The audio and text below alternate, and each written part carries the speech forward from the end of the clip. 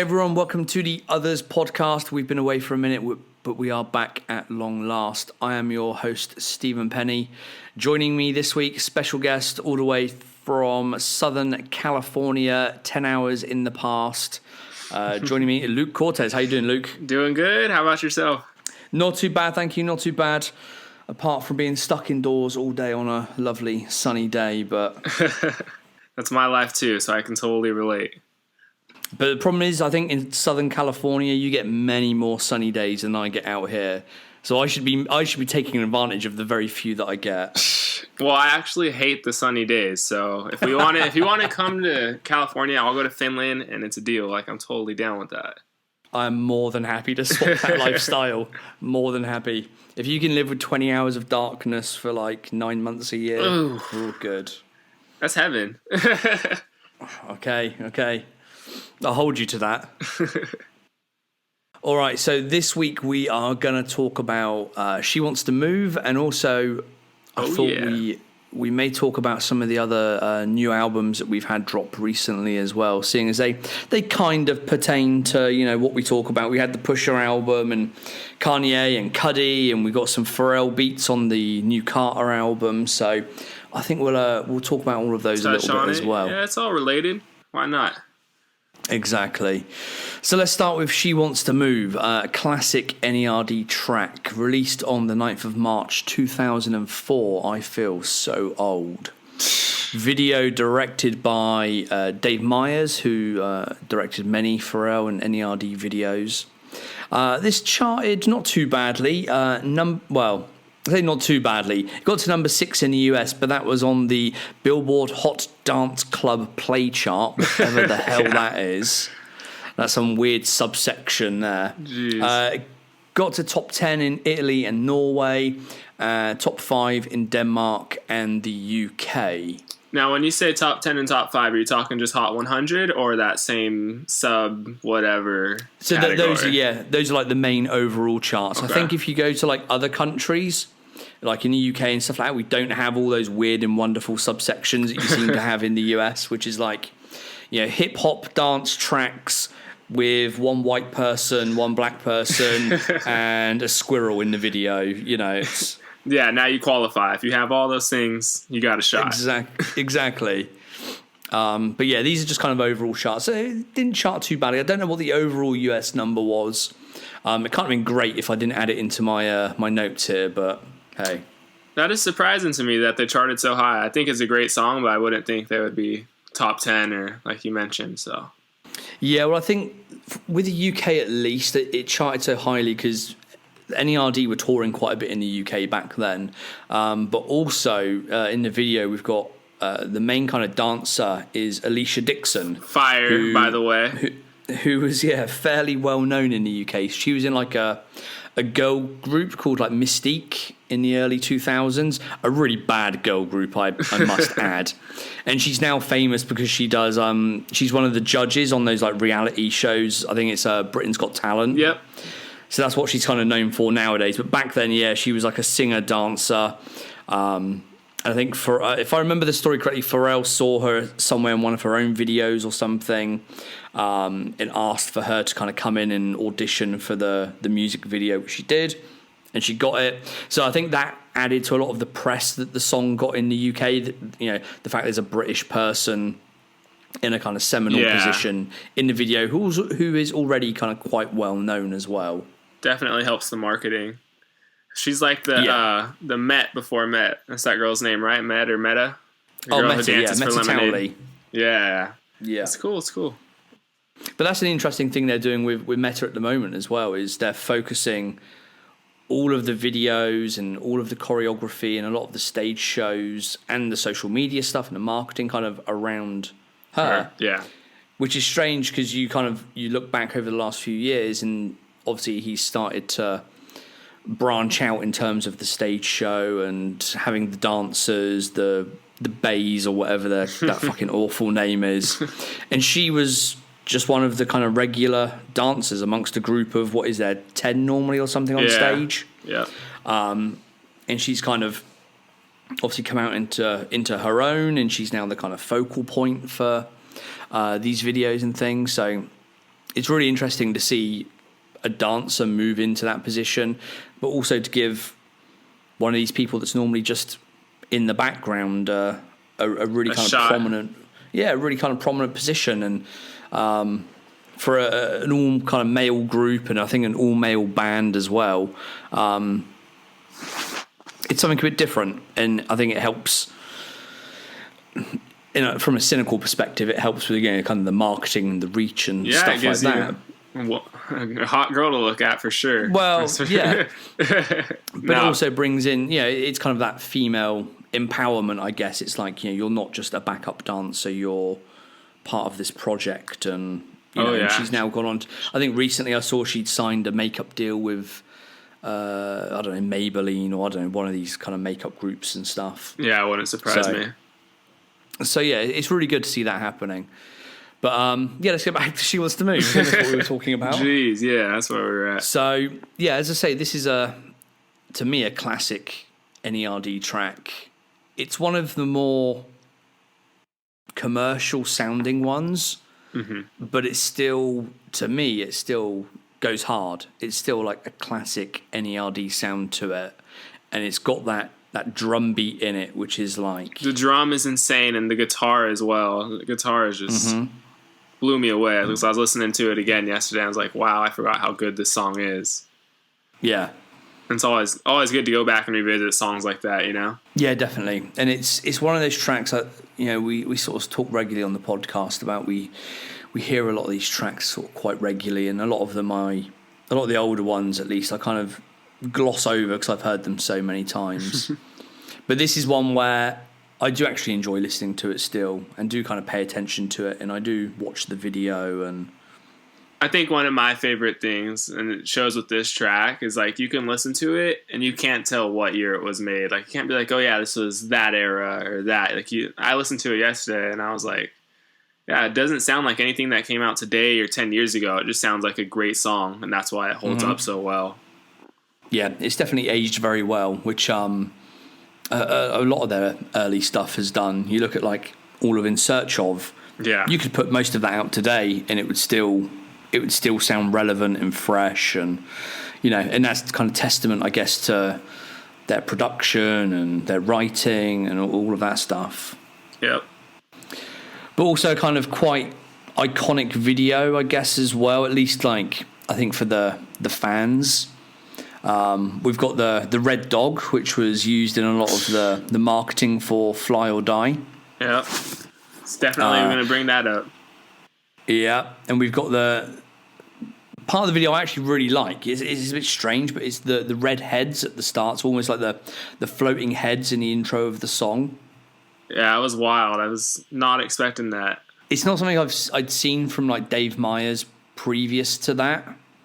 So, and I don't know where he kind of got the idea for that from, but it's a simple part of the video that I really, really like. Yeah, it's a neat little part. Definitely, when it starts with the red dog, like you said, I was like, whoa, now this seems like a flashback. The song itself is timeless, but that visual is like holds, obviously, the Bape collab and all the marketing they did with it. So that was a cool thing to see.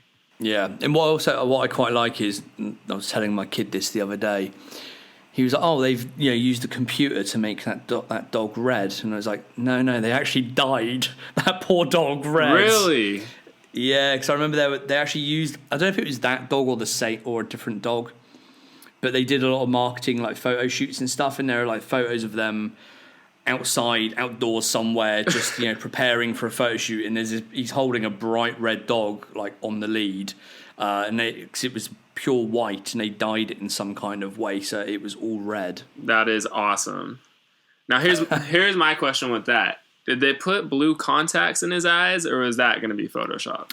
I think that is real. I think that is the type of dog. It's some kind of husky type dog. You get them a lot here in Finland and in Northern America and Canada and stuff. But I think the blue eyes are, it's actual eyes. Although the colouring may be tweaked, but... That is amazing. I kind of want to get a wolf or whatever, a Siberian Husky, and just dye it red like that now. Like, that is the most fire dog I've ever heard of. I didn't know they dyed it. That is amazing. Yeah, I think you'd have the RSPCA like at your door quite quickly. Yeah, I'm gonna have to lay low for sure. So what else have we got in the video? Again, we've got some like early BBC branding going on. We saw that previously in the fronting video, which came out a few months before. So we've got the white and gold and the black and white BBC tees. Did you notice, if I don't mean to interrupt, did you notice they had the astronaut logos on like the little pod things? Little BBC another. I like the look of that. So there's a couple of scenes which looks down. It's like a long kind of walkway or corridor, isn't it? Yeah. And then along the walls, they've got these kind of capsules or bubbles that protrude slightly with lights behind them, and then the astronaut on them. It's kind of a good look, but I think it's kind of slight overkill. Yeah. Especially the multiples of them is like 10 or 20 going all the way down that kind of corridor. Placing one of them somewhere or different logos on different ones, I think would have been quite cool. It did seem forced for sure. It seemed like they were trying to push it. Yeah, definitely. But this was sort of very early days, and I guess they're kind of testing the waters with the branding and the logos and creating stuff like that. Hype, definitely. Yeah, exactly, and just trying to get it noticed, I guess. Because I think back then your average kind of music video watcher wouldn't have had any idea that had anything to do with a clothing line of any kind. Yeah. Whereas, the kind of fans like us would see that and tie it back to the stuff we've seen in the front-end video. And I think around that time some of the Season 0 stuff was starting to kind of leak out as well. So you would have had that logo about. So people would have started to kind of tie that together. Yeah, definitely generates a little bit of hype, hysteria, whatever you want to call it. It's cool how all the videos do have those little Easter eggs, though, of the logos sparse throughout, and it's kind of like a running story. If you look at the videos, you can see the progressions. So, yeah, definitely, and it's strange because obviously all the videos are done by different directors, and I don't know if that's a thing that people in the N.E.R.D camp say to the directors, like we somehow want some of this branding placed in there. Or whether the directors kind of take it upon themselves to utilize the brand and bring it into the video. Mm-hmm. I would imagine they tell them we're trying to push this, but at the same time, I'm sure the artists, such as the director, is like, okay, well, how can we creatively do this without putting it over the top? Yeah, and I don't know if they did it particularly well in this instance. Not a fan. No, like I say, it kind of looks cool to a certain extent, but a whole wall of them looks a little bit weird. Yeah, it was much.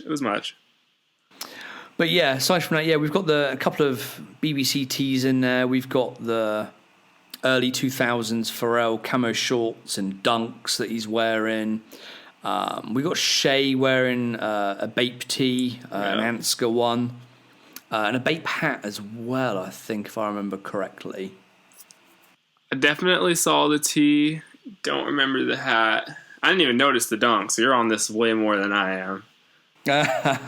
It's only because people will regularly say, "Oh, you talked about the fit, but what were the shoes he was wearing?" And I think I remember looking at it at the time, thinking, "I'll mention just a pair of dunks. Just get it out of the way." Nothing special. Yeah, they weren't like, because a lot of time we get people asking like, "Oh, were those sort of shoes over there ice creams, or were they Bapesters, or whatever?" But I think they were just plain dunks in this one. Yeah, that's the thing with From clothing. what I can remember, you could be somebody who's into clothing, and that applies to shirts, shorts, hoodies, all that. And then there's a whole culture of just sneakers. So you got to mention the sneakers for the sneakerheads. Exactly, yeah. Otherwise somebody will mention it at some point. Yeah. So were you, did you have the album itself when it came out? No. The Fly or Die? That's why I can't claim to be, I claim to be a N.E.R.D fan, but I'm not that, it's hard to say. I'm really into N.E.R.D, but compared to you and everybody else that I talk to, it's like, you guys are my OGs for sure. I was going to say, go ahead. You are almost infinitely younger than most of us as well, though. I think that's possibly part of the problem as well. At that time I was 2004? I was 7. So, but I got into N.E.R.D heavy, probably not even 4 years ago or less. I got the album now, obviously listened to it. That's going to be my favorite N.E.R.D album. But at that time, no. Can't even lie. But that's good that you've come into it, as you've got older and you've discovered it and now you're kind of heavy into it yourself and Yeah, it's nice. I just can't claim to be too into it because I already know I'm gonna get killed in the comments saying, "Why you got this fake fan on here? He don't even know the music." You wouldn't get that on any of our comments. It's all love. It's all love. It's a love thing, like Kanye's been preaching. All love. Exactly. We got good fans that follow us. We haven't brought in the crazies quite yet. That's when it gets fun. Yeah, exactly. And also one thing I was going to mention in the video as well. This kind of caused lots of comments, I guess, and not controversy, but rumors and stuff. Is the line at the start? She makes me think of lightning in the skies. And then there's a picture of the sky and the lightning, and it kind of spells out the word India, who was his supposed girlfriend at the time. Mm-hmm. Back then, I didn't follow any of that kind of rumour. Well, not that I do now, but I definitely back then didn't follow any of that kind of rumour type stuff, or was never interested in which celebrities dating who and stuff. Yeah. So I actually tried to Google, like, who was his girlfriend called India back then, but couldn't really find anything. Jeez, where do you pick up these little nooks and crannies? I feel like I didn't even watch the same video as you. I just remember it from back in the day, and this again showing my age here. Back when we had the old OG Star Big Talk. Trek, that as well, but the Star Trek forums as well, and people would go mad in there for all these kind of weird and wonderful little things. I remember the conversations then, people trying to work out who this India reference Mystical was relating girl. to, and exactly, yeah. Oh God.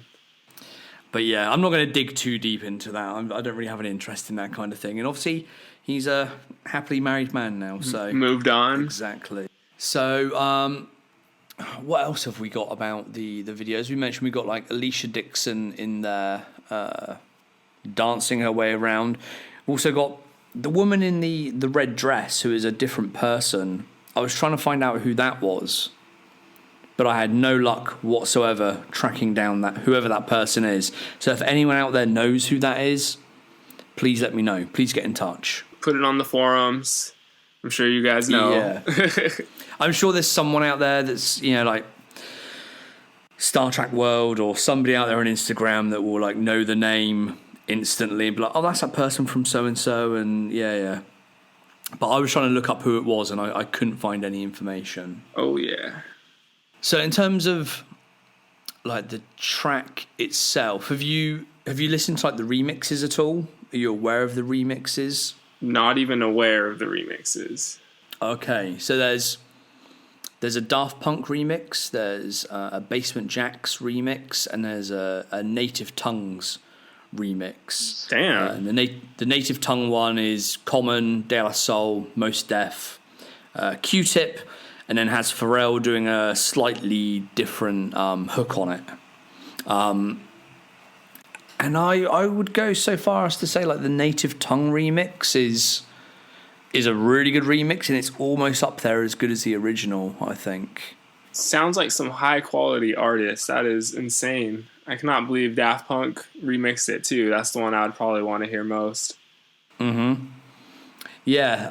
Those remixes didn't do that much, like the Daft Punk Basement Jaxx ones. The Native Tongue remix I still hear out and about occasionally. Just it's got some like quite good rhymes on it and stuff. I feel like with remixes, if you're gonna do a remix, it needs to be better than the original. Otherwise, why remix it? Mm-hmm.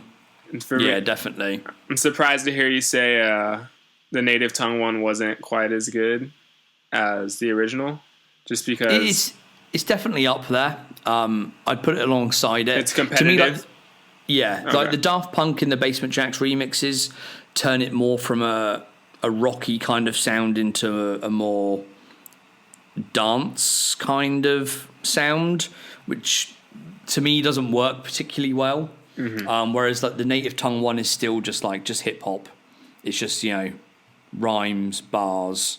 I gotta admit, I'm surprised that you wouldn't go towards the dance sound, because I think of it more of a dance song and less of a hip hop song. So I would feel like that would probably sound well, but each person got their own taste. Yeah, exactly.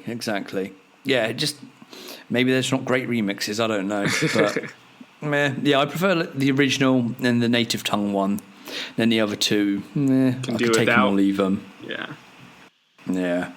One thing I noticed, I don't know if you noticed, was the spaceship. They do like, I think it was maybe just one shot, but they show it's like a woman's body. Did you notice that? Mm-hmm. Yeah. That was pretty cool. It's quite funny now because the line it kind of refers to in the imagery that's linked to it. If you watch any of the YouTube videos now on any of the like official channels, they dub out the line basically. Wow. So yeah, it's not quite explicit lyrics, but yeah, they dub it out. So do you have the line? And it only happened like in the last, I think, couple of years that they changed it.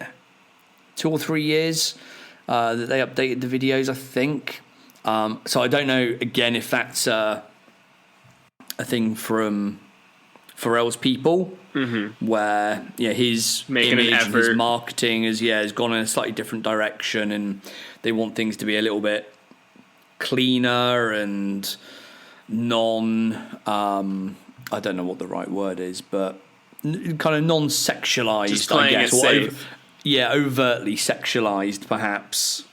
Are you going to give us the line, or you want Pharrell's people? I can't sing, so no, I'm not giving you the line. Oh, dirty. People can look the line up and they can play it themselves. There you go. I'm not going to recite it or try and sing it. Certainly not. But yeah, like in terms of like that part of the video as well. I thought it was sort of very good imagery, the graphics they use, and again tying the spaceship and the shape of the spaceship into the line itself. I think with obviously the dubbed out version, it doesn't work very well now because you can't piece the two bits together. But originally, it was a good visual to go with that line, whether you like the line or not. Jesus Christ, what is this line? People out there will know the line if they know the song. It's fine. I know. I'm trying to look it up, though. Are you finding the lines now? I'm a little interested. Yep. And I suck at Google, so that's not happening. Oh, dear. All right. Anyway, yeah. The people out there will know the line. Another thing I noticed. Go on. Sorry, I didn't mean to cut you off. And I might be making too much of this, but Pharrell riding off on the motorcycle or the dirt bike, was that ahead of its time? I feel like I've seen him shot on the motorcycle for the BBC Lookbook as well. He's riding off on that. And then if you fast forward now, I would say more so last year, but even now it's a lot of motorcycle stuff is trending. Dirt bikes, not motorcycles, but dirt bike stuff. You see Uzi and the Migos riding around on them. Or Supreme just did their collab. Are we giving Pharrell credit for being ahead of his time on that? Or is that just something that he did and it's not more than that? I don't know if he's ahead of his time. I think it's a kind of image that's been used a lot over the years in music videos, in TV and film and stuff like that. It kind of has... if I just watch that one scene where they're riding off on the bike, it has like a Mad Max kind of feel to it to me.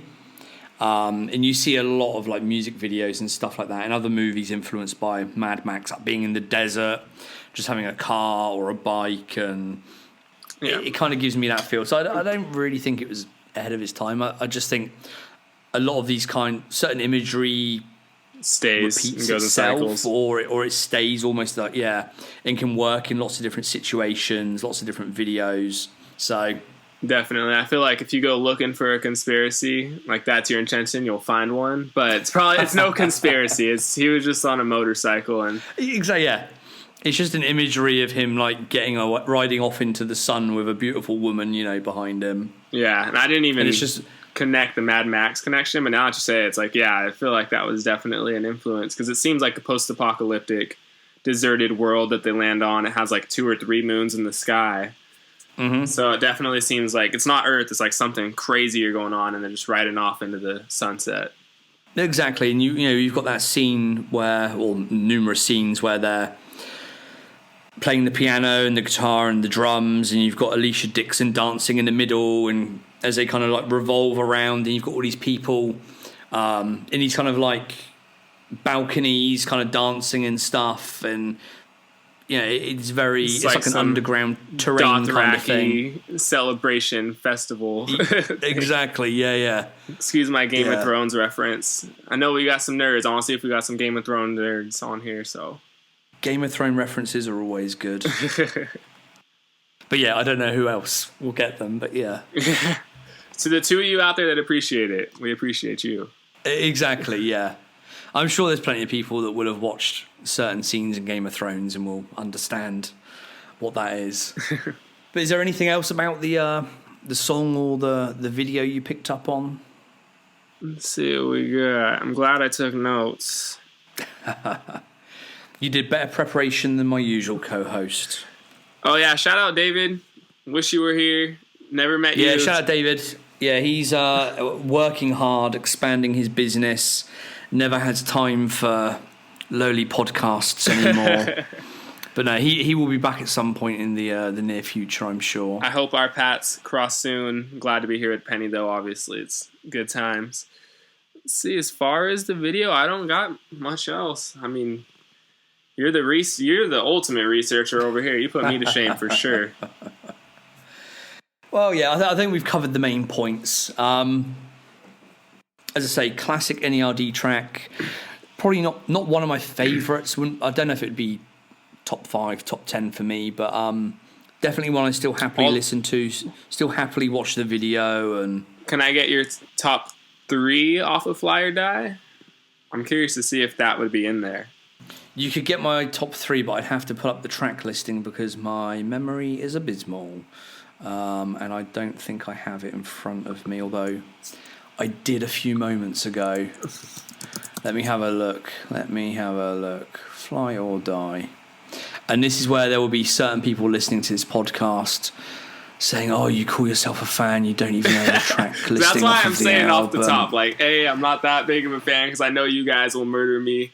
I'm just a fan, but I don't got it tattooed on my body. Unfortunately, I do, but yeah. Oh, so you got no excuse. Ooh, She Wants to Move, yeah. So it was track 5 on the album. It's a strong album, to be fair. I don't know if I could put them in actual order, but like Wonderful Place would be up there for me. Mm-hmm. Maybe The Way She Dances, Chariot of Fire. Yeah, She Wants to Move would probably make top 5. Number 5? Yeah. Just looking at my plays on here, it's funny. Looking at my plays for the album, that is by far the second least played song on the entire album for me. Oh, really? Behind Don't Worry About It. But my top 3 would be Jump. That song gives me like I know we say this stuff's timeless, but that gives me like a 2003 like weird rock vibe. I love that song. It's aged well, but it does sound kind of its time. In the time. I think 'cause it's got the Madden Brothers on it, and there was that kind of music was popular at that time.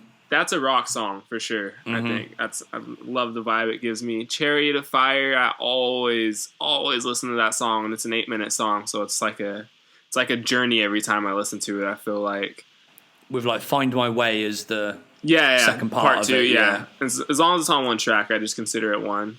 Yeah. And then number 3, there's a lot of good songs, but I think I'd have to go with Maybe. That's another great song. Mm-hmm. Some good stuff for sure. Maybe's a classic. I think that's in 2 or 3 podcast time we'll probably be doing Maybe. But yeah, that's got some great imagery, some great colours, some great really history. Good early BBC stuff. If you look at the, I mean, obviously you guys are going to go into it, but I'll just touch on a little bit. Where he performs live at one of the festivals. I forget. I want to say Glastonbury, but it's probably not. He's wearing the N.E.R.D shirt with the all 3 of them on it and the dog, and that's probably the most famous N.E.R.D Bape shirt there is. Very expensive, very sought after. It's quite funny because I recorded another podcast earlier today, which will come out after this one. So a bit back to front, and we did Let's Get Blown, and obviously he has that T-shirt in Let's Get Blown as well. Oh yeah, see. And we were talking about the the ridiculous resale value of that shirt and how sought after it is. If I can just say, and this is one of my biggest regrets, I bought that shirt in crap condition, probably 5 out of 10. I paid $500 for it, and I've never worn it once. Huge L. I should have just paid $900 and gotten it dead stock. I was like, I'll just take this one, and I completely hate myself for it. So I don't kind of follow a lot of the resale stuff these days, and I know you kind of do to a certain extent. Are they still going for like 800-900 mark for a good one? Our mutual friend Rohan has one listed for like 900 for like a year. So I wouldn't say they're going for that. You might get the right guy who, like, it might be me back in the day, not so much anymore. I would say if you're going to sell one dead stock, it'd probably be very safe to get it 500, 600 dead stock, which makes my purchase so stupid because I got one 5 out of 10 for 500, 600 so. Yeah, because I was saying sort of 400-500 earlier because just I hadn't looked at prices for a long time. But I mean, people can ask whatever they want. But it's what they sell at, But if there people out there, mutual friend of ours, Rohan, shout out him, still asking, sort of 800-900, then that's big money. A lot of the moolah. Yeah, but then it is a sought after shirt, and I see them crop up once or twice a year, and they sit around for a week, I think, because the prices are so high. But there's always someone that ends up buying them. Oh, yeah. That's the number one. For the Bait Nerd shirts, that's got to be number one, and they'll sell. But they just got to get the right price, too. So. Yeah. So while we're talking about this kind of stuff, I know you collect bits and pieces. You do videos on bits and pieces you've got. What are your kind of all-time favourites in terms of BBC ice cream? The one, if you have any. Oh no, I do. That's why I got stuff in my closet. I go through bad phases, so I definitely went through my BBC ice cream phase, like the last 2 years of just going mad trying to collect a ton of stuff. And number one for sure. It's actually all started off. I saw it just on a random picture on Twitter. Is the season 1 red ice cream varsity jacket?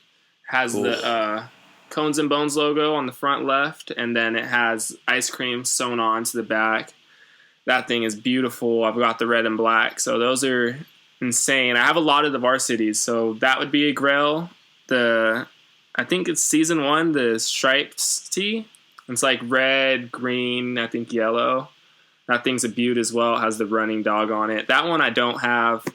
If anybody on here is listening and has that shirt, large, extra large. Sorry to plugs, Penny, but for real, it's fine. We're all one family here. It's fine. You've already heard. We'll help each other out. Yeah, you've already heard. I'll pay stupid prices. So if you have that shirt, go ahead, hit me up. And then I guess number 3. Okay, are we restricting it to BBC ice cream or just nerd stuff? No, you go for your life, whatever. And then number 3 would be the yellow nerd hat. That one also. That's just the classic. You gotta love that. So. Yeah, I'm glad. Like I got the yellow one and the black one again. End of last year, start of this year. Having had the OG ones from years ago when I used to see them tour all the time in the early 2000s, and then lost them somewhere. It's a must-have. It's a staple. I mean, if you look at any pictures of Pharrell from those years, you're bound to see that hat, and it's just gives you that feeling. If you're a Pharrell fan, you're like, oh man, I couldn't even imagine wearing that hat,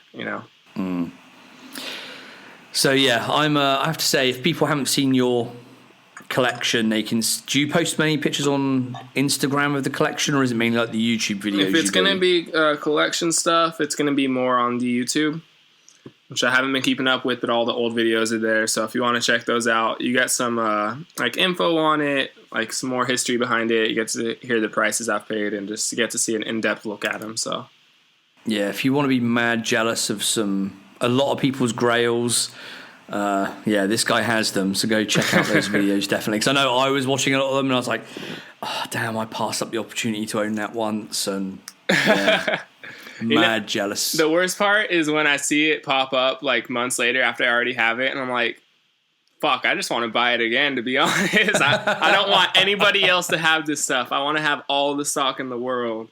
That's literally how I feel, and I'm like, oh, I can't. That's seemingly how David does it with his collection of of ice creams and everything else. He just buys them all up. Madman. Yeah, very much so. So is there anything else apart from the T-shirt that's on your want list? Anything that you don't have yet? From that, no. It's funny. I've actually not been buying clothes that much this year.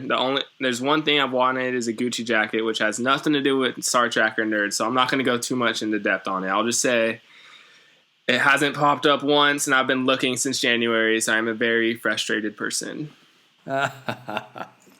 All right. So anyone out there, if you have, what's the model of it? Does it have a model name or number? It's the Stripes tee. I feel like if you know, you know. Shout out Pusha T, which we'll probably get to in a sec. All right. BBC season 1 running dog. Is that what it's called? Stripes tee. So definitely. All right. So anyone out there, if you have any of this stuff, then hit him up. Let me cash you out. Yeah, he's got all the money. It's fine. All right, so let's move on to some of the more recent releases that we've had. Let's start with the Carter stuff. We'll get that out of the way first.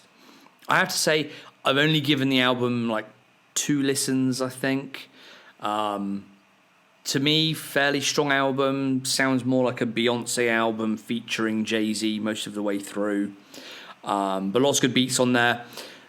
We've got 2 Pharrell beats on there. One is, I can't remember the name of the other one, but the lead single is Ape Shit, and the other one I can't remember. It's going to be nice. That's it, yeah.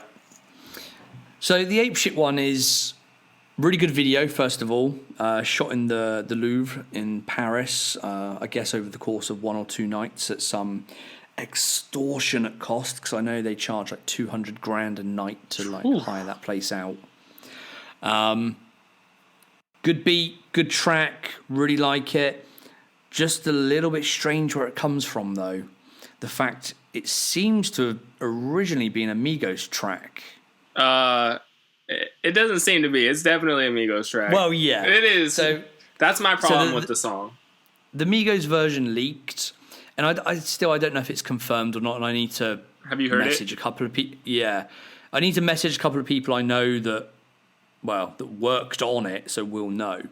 But I don't know if it was originally a Migos song that was possibly going to be on an album, or whether it was just something they demoed and was a reference track and always had the intention of maybe going elsewhere. I think through and through, it's completely the version that released on the Cortes or whatever it's called is a Migos song. I mean, they've already said that the Migos wrote for it, and then you hear them singing vocals on it.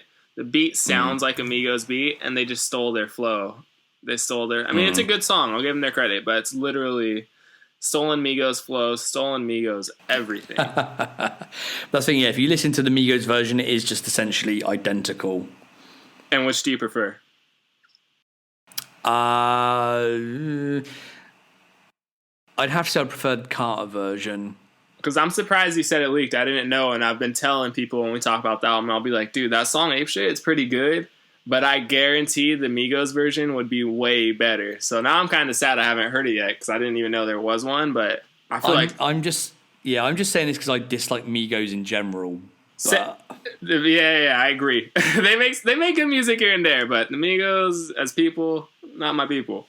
Yeah, they do their thing. It's not my thing, though, so... I think I'm a bit old for that. That's where the old man in me is coming out. That's for the kids. Yes. But yeah, Carter album, generally fairly strong. I need to give it a few more listens, but it sounds like a really good kind of summer album. I would have gone to see them if they were touring over here in Finland. There. As with most artists, they do every country but Finland because they don't want to come here and pay the ridiculous costs that costs to actually come here and perform and stuff. But I've got a few friends that have been over, I think, to London, to Germany, Sweden, to kind of see them on this tour and stuff. But I've seen them both before previously, so I'm not too fussed about it. If I can give my little piece on the album, I think you hit it right on the nose when you said it's a Beyonce album featuring Jay-Z. And I I don't know what it is, but I never got into the hype of Beyonce. I love Rihanna's albums. Rihanna's albums are good, but Beyonce just doesn't do it for me. And that whole album, I listened to it strictly because I knew we were going to be talking about it on here. I probably listened to it like 6-7 times. Can't get into it. There's a few songs, but geez, it is bad in my opinion. Not a fan. It's one of those, yeah. I think I'll listen to it a few more times over the coming weeks and stuff. But if it's on in the background, I will have no issue with it. I will happily sit there and listen to it. But it's not one that I'm going to seek out and be asking like Siri to play for me every day, like I am with all of the Kanye albums that we've just had dropped. Exactly. I think it's just disappointing for me because for me, when Jay-Z dropped 444 last year, that was my favorite Jay-Z album. Again, I am a kid. So you guys can be like, oh, Reasonable Doubt murdered this or this and that. I'm like, that's just not my vibe. But 444 was like real raps that I actually enjoyed. And to hear him go from that to this, very disappointing. Yeah, and that's the problem with one of these albums. You know, they're both quite different artists. You know, you've got, obviously Jay has his commercial stuff and his crossover stuff. But, you know, he's an MC out and out. You know, you look back at the back catalogue and, you know, he's an MC. Yeah. And Beyonce, despite how big she is, how amazing she is, how talented she is, she's a pop artist. So, you know, there's always going to be that kind of fine line that the album treads. You know, is it a hip-hop album? Is it a commercial kind of pop album or an R&B album or whatever you want to kind of categorize it as? And I think, you know, at the end of the day, especially if you've got Beyonce's team involved in it, it's all about just pushing out the numbers, get as many as you can. So it's got to be more poppy than hip hop. Yeah, she does her thing for sure. She can run up the numbers. All right, well, let's get on to the other albums we were going to talk about quickly. And this is it's Yeezy season, I guess. It's Yeezy everything. Yes, sir. I had huge fears coming into the last couple of months. I think we've all seen and heard Kanye over the last 6 to 12 months or whatever. I think as fans, people have been worried about him personally, but also how that will drive and impact his output in terms of his beats and his own music and stuff. So I was kind of quite worried when I saw he was working on not just one album, but like 5 albums at same once. Time, yeah. You know, I thought he's in a place where just working on one album could be a stretch for him.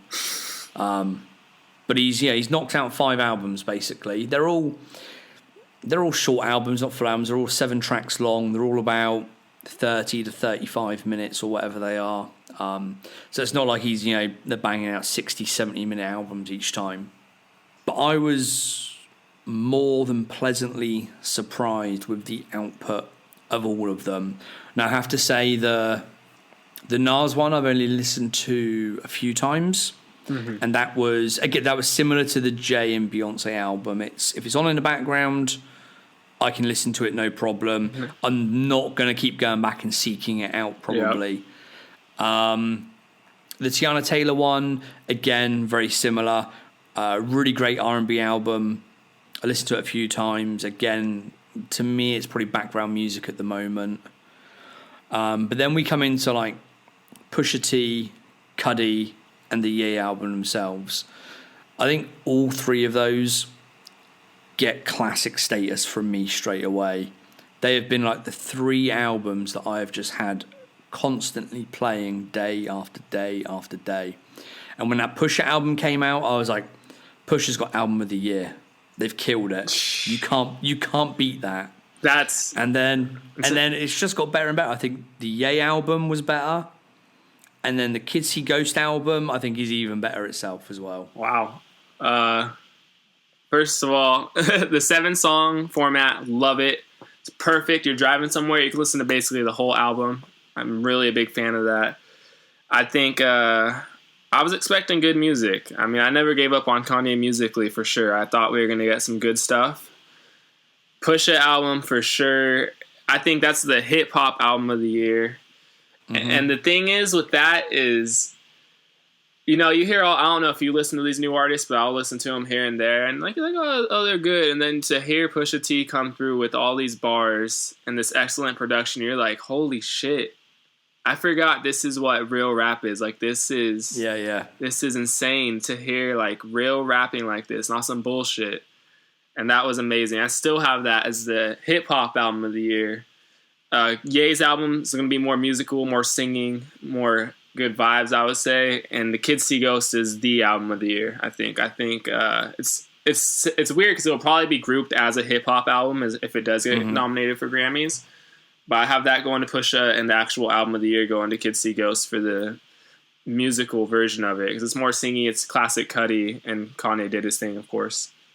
Yeah, I think I'm with you on that. I was quite surprised of the direction of the tone of the Kanye album, the Cudi album. They both had their issues over the last year or so. I expected them to be quite dark albums almost, like My Beautiful Dark Twisted Fantasy and stuff like that. Now, while you've got elements of that in the new Kanye album, especially with the Mike Dean stuff and the guitars and things, the general tone of the album is actually quite positive, I found. Yep. It echoes a lot of the stuff that he's been kind of saying in the media about, it's all love and stuff like that. Uplifting. Which is, I think, a really good direction to go in. It's good for him personally, and it's good for the music, and because he could have gone on those tracks and just rhymed about all sorts of craziness that's going on in his head and around him and in the media and stuff like that. But he generally, on the whole, has avoided a lot of that. Not avoided it, but just dismissed it and thought he's moved on. I'm going to try and be positive about stuff. And no matter what you think about Kanye personally, and what he says and what he does, musically and sonically, the album is brilliantly put together. Even just on the first track, and this is what got me straight away, where he has the spoken part on the first track in the intro, where he's like, I thought about killing you, and I thought about killing myself, but I love myself more than I love you. And it kind of repeats that, but if you listen to it carefully, you get all the different vocal distortions on each line, which you had on Beautiful Dark Twisted Fantasy, which is giving the illusion that each time this line is said, it's coming from a different voice in his own head, and the pitch changes and the tone changes and the speed changes, and it's just so beautifully put together, I think. Yeah, it's masterful. I would have never realized that, but now I have a whole new perspective on that song. Another thing with that song is it's a spoken intro, like you said, for what, 2 minutes, a minute and a half, and nobody's skipping that part. Nobody's saying, okay, let me get. That's it's amazing that he can have a spoken intro like that you want to hear, that you can relate to and really feel when you listen to it. It's really strange because that's the first track, so I'll listen to that as I leave the house here. And again, as you say, normally with a spoken word kind of thing, I'll skip through it or whatever. But I will purposely turn that up in my earphones and listen to it and pick out all the kind of vocal changes and the pitch changes, and it gives me goosebumps. It's just so well put together. It's really good. Ghost Town, best song on that album? Yeah, possibly. I like Yikes as well. Yeah, Yikes is the turn up song, and the thing is with Yikes, if you followed his tweets, I did at least, I follow him closely, I was looking at him religiously, he was speaking dragon energy and all this and that, and this is before he changed up the album for the TMZ incident. I'm thinking we would have gotten 7 songs of Yikes before the TMZ, because he's speaking dragon. When you think of dragon energy, what song out of that 7 is it going to be? I think it's got to be Yikes, where he's just turned up crazy, go hard, yay. Yeah, I'm not disappointed with what we got, but I'm just curious what we would have got if the TMZ incident had never happened. Yeah, and I just find it interesting to see what it will bring, because I think people that follow him and that know how he works, we know he's locked in a studio with 10, 20 other people. They are banging out beat after beat after beat. They they've obviously, they've whittled this down to 7, but I think, from 7 they probably started with like 200 and something. Yeah. It's just so there's all sorts still there kind of in the vaults that we may or may not see in the future. Yeah, that's what hurts me for sure, is thinking, damn, he's got all these songs that are probably fire that we'll never hear. Like last year he was caught like absolutely turning up with the Migos in the studio, who you said you don't like. But I could just imagine the great songs that came out of that and clearly weren't on this album, But I read an interview with somebody, I can't think who it was. It might have even been like Kim Kardashian, somebody from his camp, that was saying as he goes through the process, when he decides to take a track off of an album, it doesn't fit or he doesn't like it or he's just changed his mind, they will just delete it. It doesn't like go back in the vaults and like, we'll revisit it later, we'll reuse the beat, we'll switch up the sample. They literally hit a delete button on that keyboard, and it's gone forever. That makes now me I don't know if he's got some more sensible people around him that are like, they've got backups, got on the flash drive. Exactly, yeah. They kind of take a copy of this every 5 minutes. I'd like to think there is, or hope there is. But yeah, from my understanding, when he doesn't like something and he wants to move on from it, literally hits delete and never visits it again. That sounds like the most Kanye thing I've ever heard, so I'm going to believe it. Yeah. But it's that kind of like state that he's in at the moment, where it's you move on to the next thing, it's like clean slate, you don't want to be influenced by these older things, and don't want that in the back of your mind. Out what's in your mind at the moment, yeah. Mm-hmm. So yeah, I could believe that he does do that kind of thing, which I think is a very good way of dealing with your own work and your own life, but also very sad for me and for us as fans that want to try and hear some of this stuff in the future. Just lost forever. Exactly. And then Kids See Ghosts, which was kind of billed as a Cudi album, but is more of a... Yeah, I'm going to interject, if you don't mind. Go on. Absolutely hate when people say, oh, the Cudi album was so good. It's not a Cudi album. It's a Kanye and Cudi album, or it's a Cudi and Kanye, but make sure you say both. It's like, what do you mean Cudi album? They're both on every song. Like, it's a collaborative album. It's not Cudi's album that Kanye produced. It's a collaborative album, but go ahead. That's just my little rant. No, that's fine. That's fine. People out there, you've been told. Get it right. Yes, damn it. But yeah, for me, I talk about Ye being what I think, a beautiful album and an insight into his mind. I think Kids See Ghosts goes that next step as well, where you have that Kanye element, and you have some great bars from Kanye as well in that, just where he drops in randomly and has some really good lines. But also, like Cudi's gone through all of his stuff over the last kind of couple of years and has publicly spoken about depression and his mental health and addiction problems and stuff. So it's really good to see him in like a positive space as well, and talking about moving on and being better and all that kind of stuff. Coming through it. Exactly. It's just, they're really kind of uplifting, good albums. Yeah, I think it's classic Cudi for sure. Like you said, Kanye has great bars. There's great, I don't know if you'd call them melodies, but sung in parts. Like the last song where he says, Lord, shine your light on me, save me, please. Or obviously Reborn has stuff like that. It's just stuff that people can relate to for the most part. So, I mean, everybody gets sad, and this song will just push you and move you into a better place. That whole album is like that, so...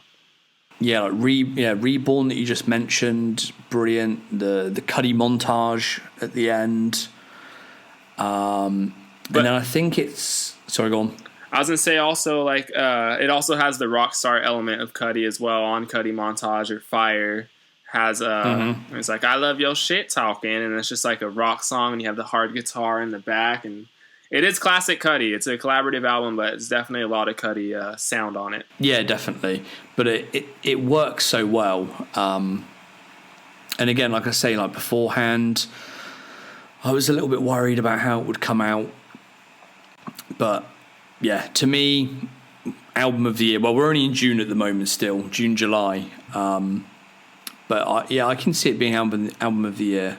I hope so, but the Grammys always disappoint me. So, well, yeah. Well, the Grammys mean nothing. The Grammys are just commercial awards. Yeah. But yeah, I was going to mention it's on the track Fourth Dimension, the Kanye verse. I both love and hate this Kanye verse at the same time that he's got on there. It starts really brilliantly. In the middle, it goes a bit like awry, but then at the end, it gets really good again. And he's got that really good part at the end where it says, "If I get locked up, I won't finish the sentence." Yeah. And he doesn't finish the sentence itself that he's speaking. I just think that's really kind of clever and really, really well done. Yeah, it gets me every time. And like, for Kanye fans out there, if you're really interested to kind of like take a deep dive into the lyrics and all those kind of weird and wonderful things, check out the Dissect podcast. I think it's the second season of it where he does My Beautiful Dark Twisted Fantasy, and literally does like a deep dive on every word, every piece of music on the album, and it's Next even level. as someone like me who listens to those albums a lot and takes a lot of it in, there's still so much stuff that I completely missed or listened to it and was like, oh shit, yeah, now I see that a different way, and oh yeah, that means that, and that ties into that, and yeah, some really good stuff on that podcast. I think it's the new season is what are they doing on the new season? Yeah, it's Frank Ocean. Frank Ocean, that's it, yes. I went blank there for a minute. And I think it's a Spotify exclusive, so you get on Spotify first, and then it's on all the other podcast places like a couple of days later. But I think the first season, which was Kendrick, and then the second Kanye season, you can just get everywhere, and is really, really worth a listen. Even if you're not a fan of those people, just to like understand the music and the samples and the lyrics and everything that goes into it. Really, really good. Yeah, it's great stuff. They need to do a Nerd edition or Star Trek edition. Well, yeah, I've been speaking. So the guy that does the podcast, Cole, before he signed to Spotify and blew up, I was speaking to him about trying to get him on here.